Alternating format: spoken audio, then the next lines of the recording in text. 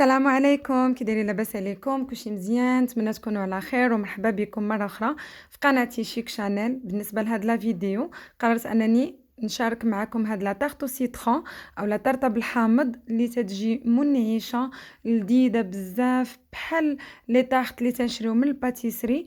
والأهم من هادشي كامل طريقة بسيطة وسهلة بزاف وما تتاخدش لينا بزاف ديال الوقت. ما نطولش عليكم، ندوزو لطريقة التحضير. غادي نبدا بتحضير كيما تتشوفوا لاباط سابلي اللي غادي نحتاج فيها 250 غرام ديال الفورس اللي غادي نغربلو مزيان.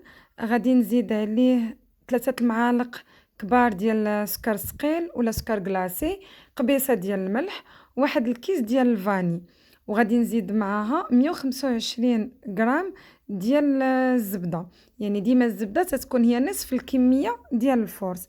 غادي نخدم هادشي كامل غير بالاطراف ديال الاصابع، يعني ما نعجنو ما والو. غنبقى نخدم فيه تندخل ديك الزبده كما تتشوفوا في الدقيق حتى ندخلها فيه مزيان مزيان، ولكن كما قلت لكم بلا ما نعجن ما والو. من بعد غادي نزيد عليه بيضه. بالنسبه هنا نورمالمون كتاخد هاد المقادير هادو بيضه وحده كامله، ولكن نتوما يعني على حسب البيض ديال كل واحد باش ما تجيكمش هكايا العجينه يعني هكايا مرخوفه بزاف. بداو غير بصفر بيضه وشوفوا، يعني الا هكايا تجمعت لكم العجين بصفر بيضه مزيان، ما تجمعتش لكم غادي تزيدوا داك البياض البيض. هنا البيضه اللي عندي انايا متوسطه عادي، ما هي ما كبيره ما صغيره، يعني درتها كامله. ولا مثلا يعني على حسب عاوتاني الفرز ديال كل واحد كما تتعرفوا. الا واخا هكاك يعني بيضه ما جمعتش لكم العجين، يعني حاولوا غتزيدوا غير واحد المعلقه ديال الماء بالاكثر، وان شاء الله غادي تجمع لكم. اذا كما تتشوفوا غادي نجمع العجين وغادي نسرحها مباشره في بابي كويسون ولا هكايا جوج بلاستيكات، يعني ما نحتاجوش نخليوها في الثلاجه نص ساعه ولا ساعه ترتاح، يعني نقدروا يعني ديريكتومون نخدموا بها ونسرحوها وندخلوها للفران. يعني ماشي ضروري تخليوها ترتاح ولا تشد راسها في الثلاجه، داكشي علاش قلت لكم ساهله وما تتاخدش نهائيا الوقت بزاف. وهنا من بعد ما سرحت العجين غادي نديرو في المول اللي بلا ما تدهنوه. ديجا لاباط فيها الزبده. هنا بالنسبه للزبده نسيت ما قلت لكمش انكم تقدروا ديروا اي نوع ديال الزبده، سواء ديال البواطه ولا ديال العبار اللي بغيتو. يعني غادي نرش ديك الجهه اللي غادي ندير في المول بشويه ديال الفورس كما تتشوفوا ماشي بزاف. غادي نديرها في المول نقلبها، وغادي نحاول انني نشكلها مزيان هكايا في الجناب ديال المول.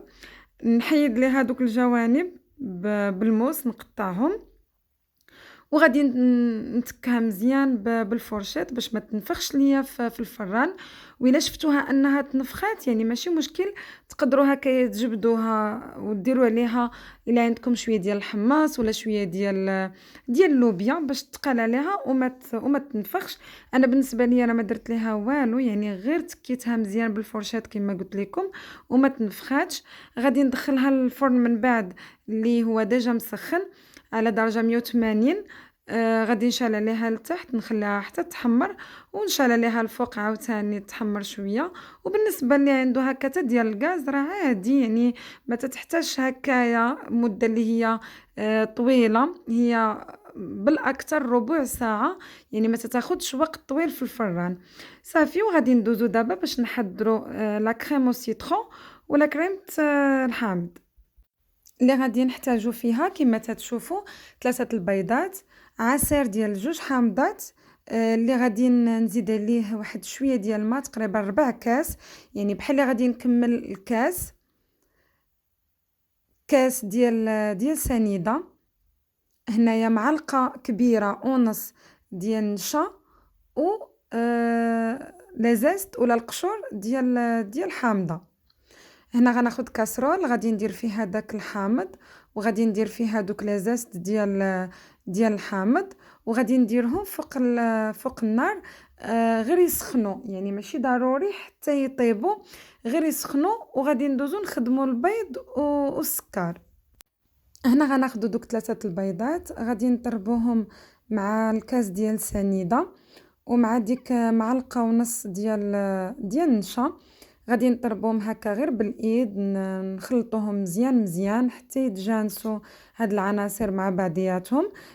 بين ما يعني سخن لينا داك الخليط اللي درنا ديال الحامض وديال القشور ديال الحامض، اللي درناهم فوق النار. يعني غادي نخلطو بحال هكا كيما تتشوفوا، نحاولوا اننا نخلطوه مزيان سورتو داك النشا، باش ملي نرجعوه للعافيه يعني تعقد لينا. يعني داك النشا نخلطوه مزيان مع داك البيض وديك سنيده. وهنا من بعد ما خلطت مزيان هذاك البيض والسنيده والنشا، غادي نضيف عليهم دابا داك العصير ديال الحامض مع القشور ديال الحامض كما تتشوفوا. ولكن ملي نكون كنضيف غادي نضيف غير بشويه بشويه مع التحراك. حاولوا انكم ما تضيفوش كلشي في خطره، يعني كما تتشوفوا غير بشويه وانا تنحرك، ونضيف بشويه وانا تنحرك حتى نكمل الكميه كامله ديال العصير ديال الحامض مع القشور ديال الحامض. من بعد غادي نعاود نرجعهم لاكاسخول، نفس الكاسخول، وغادي نرجعهم يطيبوا فوق النار. هنا ملي نرجعهم فوق النار حاولوا انكم ما توقفوش على التحراك ديك المده كامله اللي غادي يعقد فيها هذا الخليط. وحاولوا انكم ما تجهدوش البوطه، يعني تخليوها مهيله، يعني تاخذ وقتها هكا في الطياب باش ما تعقدش لكم لتحت وتعقد بزاف، يعني تولي قاصحه. يعني حنا بغيناها انها تبقى زعما اون كريم هكايا اللي هي يا متجانسه وقابطه في راسها، ولكن ما قاصحاش. يعني غادي نبقاو في التحراك على النار حتى نشوفوها باللي صافي، يعني هكايا قادت لينا. بين ما جبدنا نيت هذيك لاباط سابلي من الفران، غادي نخليها هكايا تبرد شويه. هنا كما تتشوفوا يعني ها لا كريم كيفاش تجي لا تكستور ديالها ولا القوام ديالها، يعني ما عقداش بزاف وما جارياش. هنا غادي نضيف ليها واحد تقريبا معلقه كبيره ديال الزبده حتى المعلقه ونص. غادي نخلطها بحال هكايا حتى هي غير بشويه بشويه، يعني نضيف نصف الكميه ومن بعد هكايا نضيف النص الاخر وانا تنخلط حتى نكمل هذيك معلقه ونص ديال الزبده صافي. ومن بعد غادي نخويها على ديك لاباط سابلي اللي خليتها تبرد غير واحد شويه. هنايا كما تتشوفوا يعني ما نحاولوا انكم ما تحمروهاش بزاف وما تخليوهاش بزاف في الفران كما قلت لكم باش ما تجيكمش قاصحه. صافي كما قلت لكم غادي نديروا ديك لا كريم او سيترون، نحاولوا نيطاليوها بحال هكا باش تجينا موزعه بشكل متساوي على ديك لاباط سابلي.